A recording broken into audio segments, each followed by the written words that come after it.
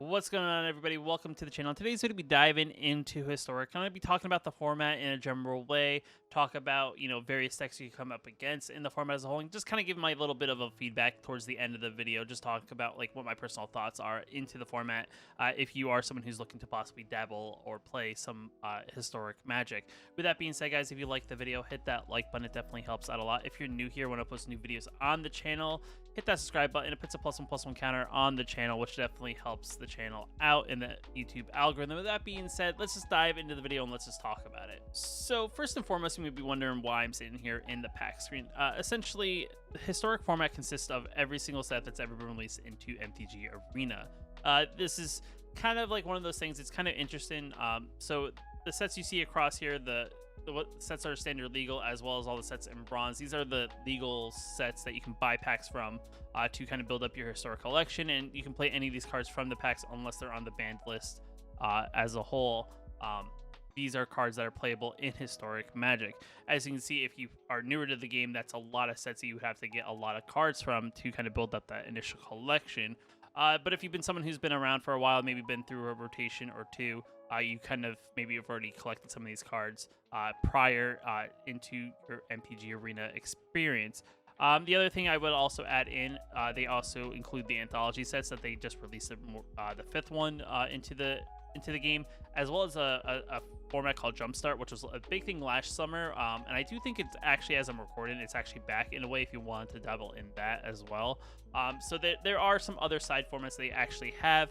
The thing is that you also don't have to buy the packs. If you are a newer player, you can also craft cards you're specifically looking for to build the decks that may be historic legal. The other thing to note about historic, because it's a set that just includes everything, the set doesn't really have a rotation. It just kind of expands upon what cards you actually have access to build cards out of with every new set that's released into the MTG Arena client, also with every new anthology. And then sometimes they've dabbled in, I don't know if we're going to get another new set, but they have actually added in just whole sets into the format as well.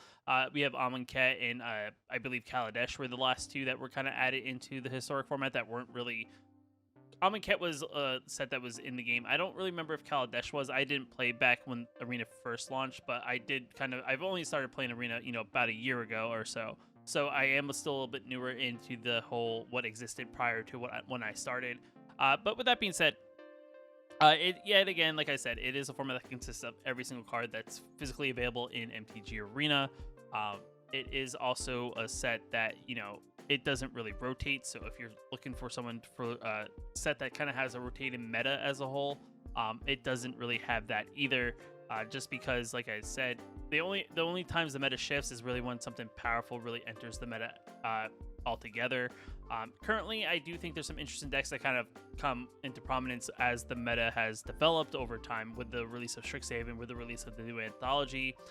When we dive into some of the decks, you'll kind of see some of the craziness that each deck can do with even the most simplest of cards. With that being said, let's kind of move on to the next part of the video, and let's just talk about the various decks you could always run up against and maybe give you some ideas if you're looking to craft something of your own. The first and foremost thing, you can play on a budget in historic. It is kind of like a budget is probably a little bit different in historic as a whole, as in you probably can't get away with probably playing less than at least 8, maybe 12 rares to the minimum. If you play standard, you may have some of these cards already, but if you're newer to historics, you may not have some of the land cards. Because the format is very aggressive, you really can't be playing your typical tap lanes that you could get away with in playing in standard, just because of the format being so aggressive. So as you can see here, this deck overall isn't super expensive, but I think it does have its fair share of rares, with 8 of them being just in the land cards. We have shock lands with the Hollow Fountains. And the reason why they're called shock lands is because you pay 2 life to have Battlefield untapped. It is a thing that you'll see in a lot of the decks that are in historic, that you'll have these lands just because of how powerful they are. They also do count as a plains and island, so they have all the other checks that if a card says a land comes to Battlefield untapped, as long as you control plains, it will count for that, like the Glacial Fortress, which is like that land comes to Battlefield tapped unless we control plains or islands, and this deck only has plains and islands. The overall goal of this deck in particular is that we're playing a card called like Core Spirit Dancer, which gets +2/+2 for each aura attached to it, and then whenever we cast an aura spell, we may draw a card. So it is a very tempo-heavy deck that focuses on playing auras on our creatures to then draw cards, make our creatures bigger, to essentially then, tempo out our opponent, just having better, bigger, and aggressive things before they can really get their game plan established. The deck is a Lurrus deck, so everything in the deck can be replayed as long as it doesn't get exiled with just Lurrus, which is definitely very good as well. Like I said, the deck is pretty much on the cheap side. All in all, I do think it's 14 or 15 rares if you include the Lurrus, which isn't too bad when it comes to decks. As you kind of see as we progress through the various decks, they do get more and more expensive with the amount of rares and mythics you probably do need to put them together. But overall, if this is like kind of what you're looking for, this is definitely a pretty decent start when it comes to an enchantment deck that is relatively on the cheaper side to kind of put together and craft. Now, of course, it wouldn't be a format without some sort of aggressive style deck. There is also a mono red deck that's kind of like a mono red burn deck, but I didn't want to really include that because it's not really super exciting. But we do have a Gruul deck, which yet again is another deck that's super powerful, super aggressive. Has some pretty solid 1-drops. It has a very solid 2-drop base, and then you can see the mid game of the deck between the turns 3, 4, and 5 is pretty aggressive. And possibly by turn 5, when you possibly play that Goldspan Dragon, the game could just be over, as long as you maybe have that Ember Cleave. The deck does, like I said, play the Shocklands, with the Stomping Ground. We got the Pathways. We also have the Ramunap Ruins, which is a card that we can sacrifice and deal 2 damage to each opponent, maybe just to finish off our opponent. But just overall, the deck is aggressive. It is kind of like a Gruul deck that would be in Standard, but it's just that little bit better because we do have access to those more cards to just make it that much better. We have a card that, you play it produces 2 more mana, then you could always play something else on top of it, even play another one of these. So it can be a very very heavy early game to then kind of establish that early game board, to even maybe have a turn 3 or turn 4 Ember Cleave, which would definitely catch your opponent off guard. But overall, yet again, as you can kind of see here, the power curve of these decks is, even higher than there is in Standard. In Standard, even if a deck is super aggressive, even mono red, turn 4, turn 5, if the hand's really well, is kind of like the time, kind of the thing when the game ends overall. With this deck, you probably end the game by turn 3 or turn 4 at the earliest, depending on how aggressive of a hand you kind of draw in the beginning of the game. Now, this next deck, you would assume like the mono white life gain deck as a whole that's in Standard is pretty crazy, but this one takes that and puts that to the extreme, because the amount of things that we can gain life with in this deck. This is mono white or Selesnya Angels, if you count that as Selesnya, because it plays Collect the Company, which is another card that's pretty ridiculous. That just works for a lot of your aggressive like decks that have like a decent amount of 1, 2, and 3 drops that are pretty good. You look at the top 6 cards of your library, you get to put 2 creature cards with a mana value of 3 or less among them onto the battlefield, put the rest on the bottom of your library in any order. So essentially, you get, for 4 mana, you can get 2 3-drops for essentially free.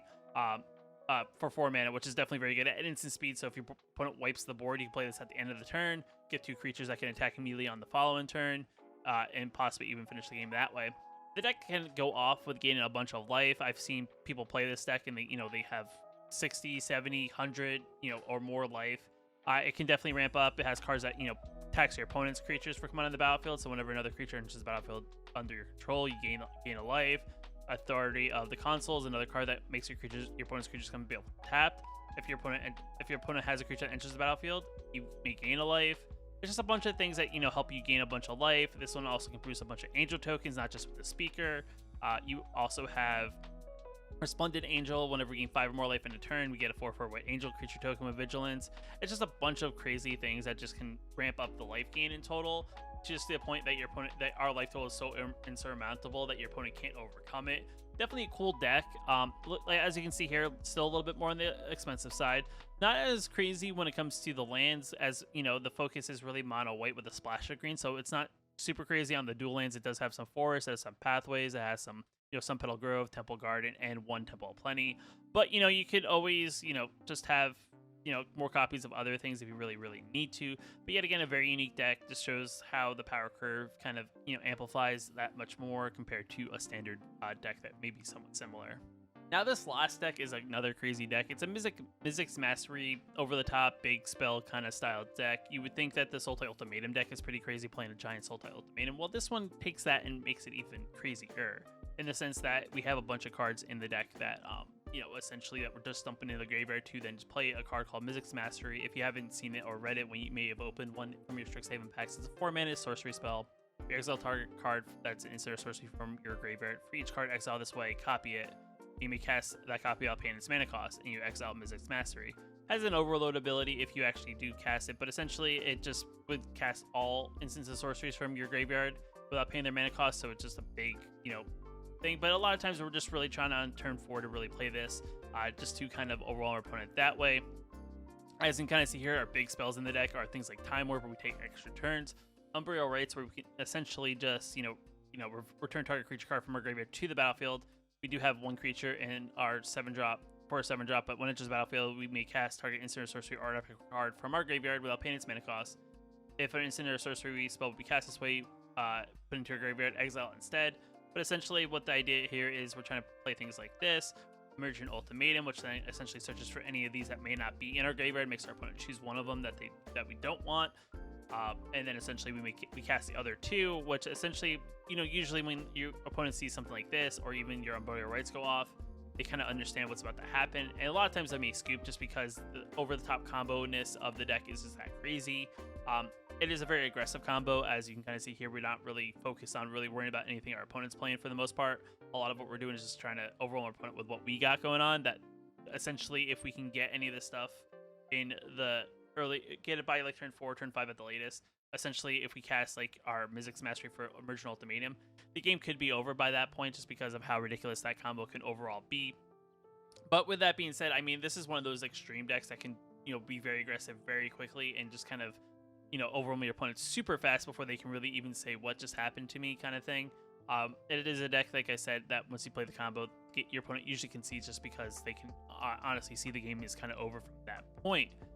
With that being said, let's kind of dive into some of my thoughts about, if you wanted to get into Historic, what I kind of personally think.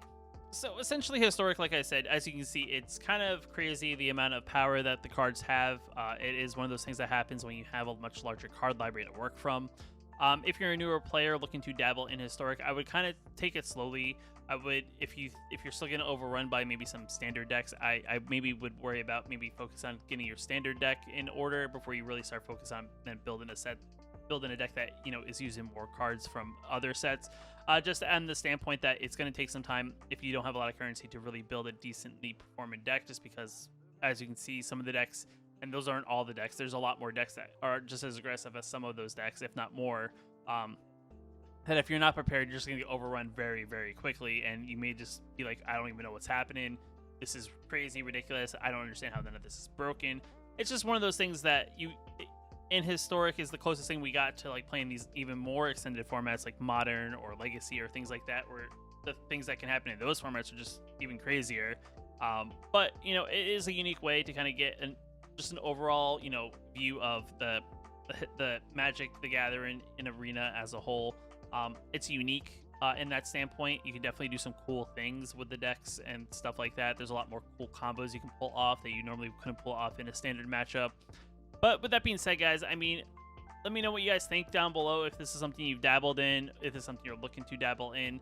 I do actually have a video that I released a couple months ago that is still relevant if you want to take a look at, that has some budget decks to give you an idea. Maybe if I'm looking more on a budget, how can I get into Historic? Those are still pretty relevant because, like I said before, the format doesn't rotate out that much. So if you want to just kind of get a dabble, if you maybe have some wild cards, you're not really looking to build anything in standard because you're waiting out for rotation, but want to maybe build something else, this could be the way to spend that currency.